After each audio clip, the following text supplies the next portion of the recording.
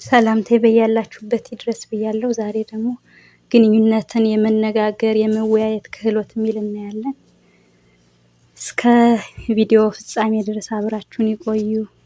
ብዙ ሰዎች ግንኙነትን መነጋገር ይፈልጋሉ፣ ግን አይችሉም፣ አይመካከሩም፣ አይወያዩም። ብዙ ሰዎች ትዳር በፍቅር ብቻ ይቆማል ይላሉ፣ ግን ፍቅር በመነጋገር ካልጠና ካልተጠነካከረ ይደክማል። ግንኙነትን መናገር ማለት መጥራት ወይም መከራከር ሳይሆን መስማት፣ መግባባትና መግለጽ ነው። መናገር ምን ማለት ነው ይላል።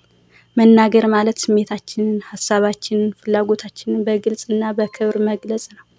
አልተወደድኩም ወይም ይህ ነገር አልተመቸኝም ብሎ መናገር ድክመት ሳይሆን ጥንካሬ ነው። ግንኙነትንም ያጠነክራል። መስማት ጥሩና ያማረ ትዳር እንዲኖር ይረዳል። ብዙ ሰዎች መነጋገርን ያውቃሉ፣ መስማት ግን ይረሳሉ። መስማት ማለት መቃወም ሳይሆን ሌላውን ሰው ምን እያለ እንደሆነ መረዳት ነው። ስትሰማ ትረዳለህ፣ ትገነዘባለህ። ስለዚህ መስማት ትልቅ ቦታ አለው። ትክክለኛ ጊዜ መምረጥ፣ ነገራቶችን ሁሉ በስሜት ጊዜ አለመግለጽ፣ በቁጣ ጊዜም አለመነጋገር። ተረጋግቶ ስሜትን አረጋግቶ ንዴትን አብርዶ ቀስ ብሎ በመወያየት በመመካከር ትዳር እንዲሰምር መረጋጋትን ይጠይቃል። ያማረ ትዳር ለመስረት መረጋጋት ትልቅ ቦታ አለው።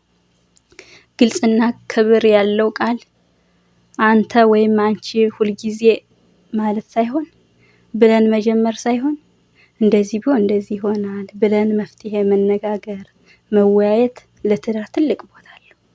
ትንሽ ነገር አትዘንጉ። እንዴት ካላችሁ ትንሽ ችግር በተጠራቀመ ቁጥር ከባድ ችግር እየሆነ ስለሚሄድ ማለት ነው። ስለዚህ ቃላት ልብን ይሰብራል፣ ቃላት ልብን ይጠግናል። ስለዚህ ቃላቶቻችን እንጠንቀቅ። ምን መናገር እንዳለብን፣ ምን አለመናገር እንዳለብን ማወቅ አለብን። የተወዳችሁ የተከበራችሁ ተመልካቾች እዚህ ድረስ ከተመለከታችሁ ላይክ አድርጉ፣ ሰብስክራይብ አድርጉ፣ ለብዙ እህቶች ወንድሞች አድርሱልኝ። ግንኙነትን መናገር ለትዳር መሰረት ዋና መስፈርት ነው። መናገር ካለ መግባባት አለ፣ መግባባት ካለ ትዳር ይጸናል፣ ያማረ ቤተሰብ ይኖራል። ስለዚህ ቤተሰብ ይሁኑ። ላይክ ሰብስክራይብ ያድርጉ።